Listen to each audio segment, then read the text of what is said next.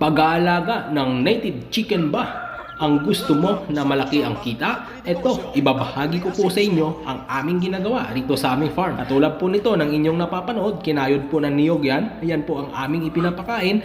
Meron pong ipa ng mais, kinayod ng niyog, grits ng mais. Yun po yung medyo crack ng medyo pino ng kaunti. Hinahalo po namin dyan at ayan po binilad na dahon ng ipil-ipil. Dahil ang dahon po ng ipil-ipil, sagana po yan sa crude protein. Kung wala po kaming available ng Madre de Agua, yan po ang aming hinahalo. At dapat lagi tayong handa, lagi po tayong may gamot para kapag may sakit, mabigyan po natin kaagad. At ang pagbibigay namin ng feed, pantay-pantay lang po ang sukat ng aming pagbibigay. Sa 50 na piraso po na ito, ang amin pong ipinapakain ay nasa 5 kilos and half to 6 kilos a day po yan. Dinidivide po namin sa tatlong pakain.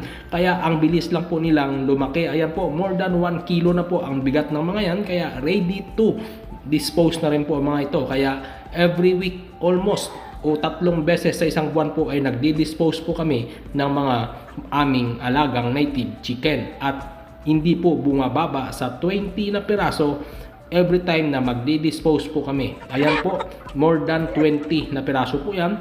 At ang aming pinapakain, more on organic lang po, kasama ang Vitamin Pro Water Soluble Powder.